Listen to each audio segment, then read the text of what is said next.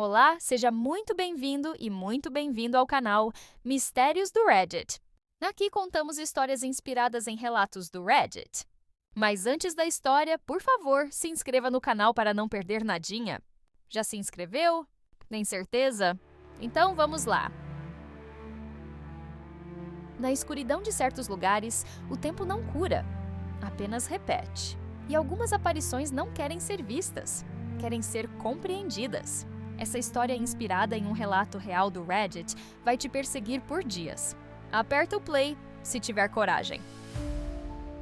Na penumbra dos anos 70, o Hospital Santa Casa, em uma capital brasileira, guardava em seus vastos corredores não apenas a rotina de curas e lamentos, mas também um enigma que pairava como uma sombra sutil, tecendo-se entre os leitos de ferro e o aroma pungente de éter. Era a história sussurrada da enfermeira da Quarta-feira de Cinzas, uma figura etérea que visitava silenciosamente alguns pacientes específicos, deixando atrás de si um rastro de mistério e morte. Entre 1970 e 1978, precisamente uma vez por ano, sempre antecedendo a melancólica Quarta-feira de Cinzas, um paciente internado recebia a visita inesperada de uma enfermeira singular.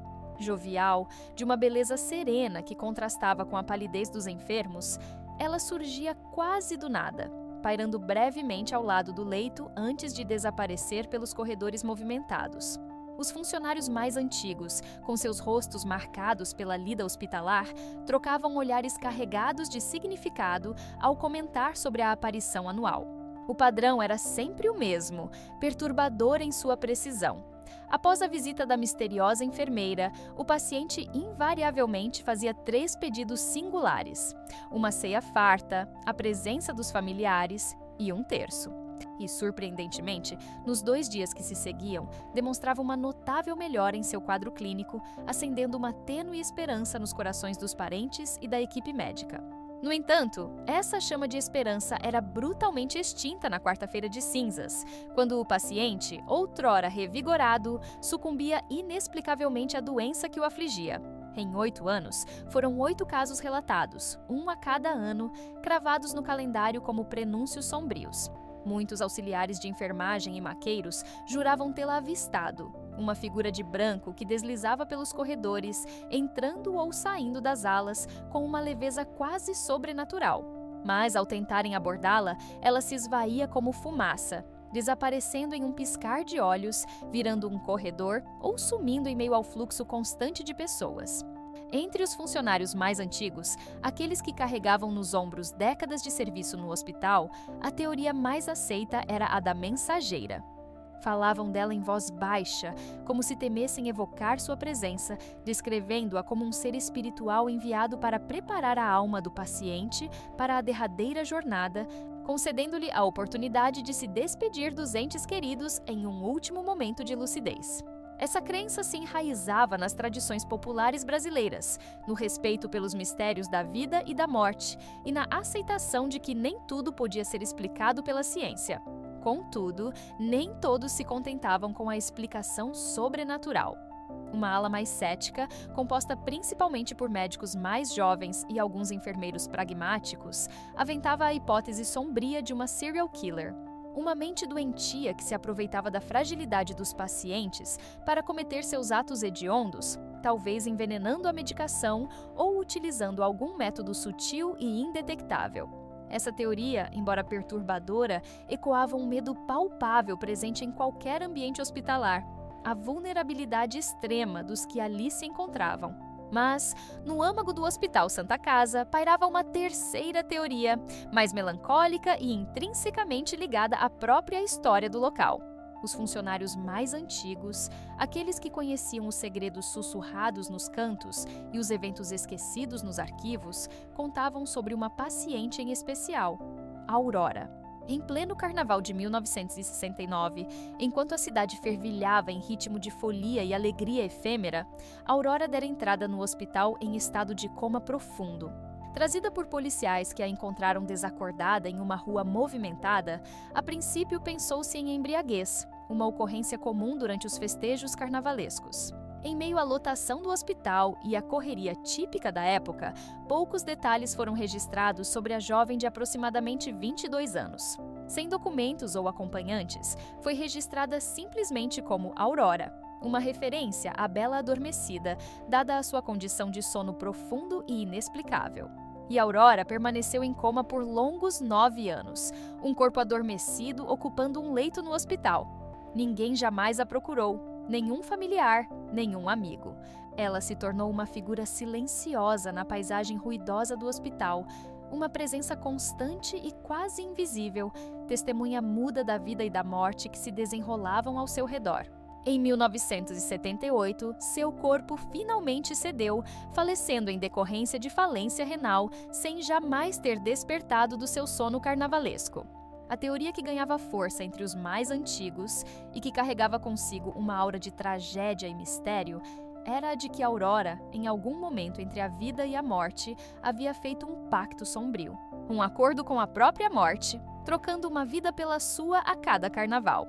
A visita da misteriosa enfermeira seria, então, a personificação desse pacto, a mensageira vindo buscar a alma destinada a pagar pela permanência de Aurora no limiar da existência. A quarta-feira de cinzas de 1978 se aproximava, carregada de uma tensão palpável no Hospital Santa Casa. Os funcionários mais antigos trocavam olhares nervosos, relembrando as 7 visitas anteriores e as 7 mortes inexplicáveis. Na ala de oncologia, um senhor chamado Elias, um homem de semblante sereno apesar da doença terminal que o consumia, havia recebido a visita da enfermeira misteriosa. Ele pedira um jantar especial, a presença de seus filhos e netos e um terço que apertava entre os dedos trêmulos. Nos dias que se seguiram, Elias apresentou uma melhora surpreendente, conversando com seus familiares, relembrando histórias antigas e até mesmo caminhando brevemente pelo quarto com o auxílio de enfermeiros. A esperança reacendera nos corações de seus entes queridos, que já se preparavam para o pior. Mas os mais antigos do hospital sabiam, em silêncio, o que a quarta-feira de cinzas reservava. Na manhã da fatídica quarta-feira, o hospital acordou sob um céu acinzentado, como se a própria natureza lamentasse o dia que se iniciava. A tensão era quase física, pairando no ar como uma névoa densa. Por volta do meio-dia, a notícia se espalhou pelos corredores em sussurros apreensivos. Elias havia falecido. A causa da morte, segundo o relatório médico, foi uma súbita e inexplicável piora de seu quadro clínico, culminando em falência múltipla de órgãos. O 8º caso. O 8º paciente que recebia a visita da enfermeira misteriosa e morria na quarta-feira de cinzas, 2 dias após uma melhora inexplicável. A coincidência era macabra demais para ser ignorada. Naquela mesma quarta-feira de cinzas, enquanto o corpo de Elias era levado para o necrotério, os funcionários mais antigos se reuniram em um canto da copa, seus rostos pálidos e seus olhos carregados de apreensão. A morte de Elias, seguindo o padrão sinistro, parecia confirmar a lenda da mensageira e, para alguns, reforçar a trágica história de Aurora e seu suposto pacto carnavalesco.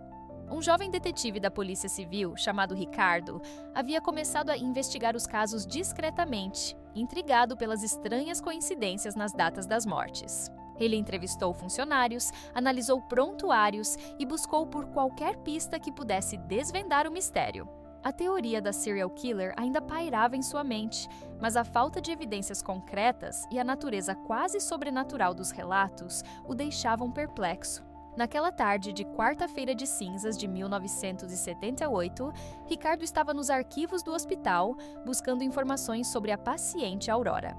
Ao encontrar o antigo prontuário, empoeirado e amarelado pelo tempo, ele notou uma pequena anotação na última página, escrita à mão com uma caligrafia elegante e um tanto antiquada. Em troca de uma primavera eterna. Um arrepio percorreu a espinha do detetive. A frase enigmática ecoava a lenda do pacto e lançava uma nova luz sobre o mistério. Seria Aurora, de alguma forma inexplicável, a responsável pelas mortes? Seria a misteriosa enfermeira uma manifestação de sua alma aprisionada entre a vida e a morte? O mistério da enfermeira da quarta-feira de cinzas nunca foi totalmente desvendado.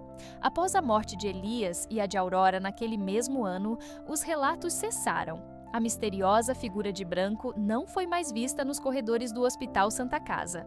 Alguns acreditavam que o pacto havia sido quebrado com a morte de Aurora, que sua primavera eterna finalmente chegara ao fim. Outros sussurravam que a mensageira havia cumprido sua missão, levando consigo as almas destinadas naquele ciclo sombrio. E assim, a lenda da enfermeira da Quarta-feira de Cinzas se tornou parte do folclore do Hospital Santa Casa, uma história sombria e intrigante que pairava nos corredores como um eco silencioso, lembrando a todos que nem sempre a ciência e a lógica conseguiam explicar os mistérios que se escondem nas sombras da vida e da morte. E a memória de Aurora, a bela adormecida do carnaval, permanecia como um enigma silencioso, um lembrete de que, por vezes, os laços entre os vivos e os mortos podem ser mais tênues e misteriosos do que jamais poderíamos imaginar. Alguns mistérios terminam com um ponto final. Outros continuam rondando corredores silenciosos, à espera de novos olhos para enxergá-los. Você acredita que a Aurora fez mesmo um pacto? Ou tudo isso foi apenas uma sequência trágica de coincidências? Deixe nos comentários sua teoria sobre a enfermeira da Quarta-feira de Cinzas. E se inscreva para não perder os próximos relatos que desafiam a lógica e tocam o invisível.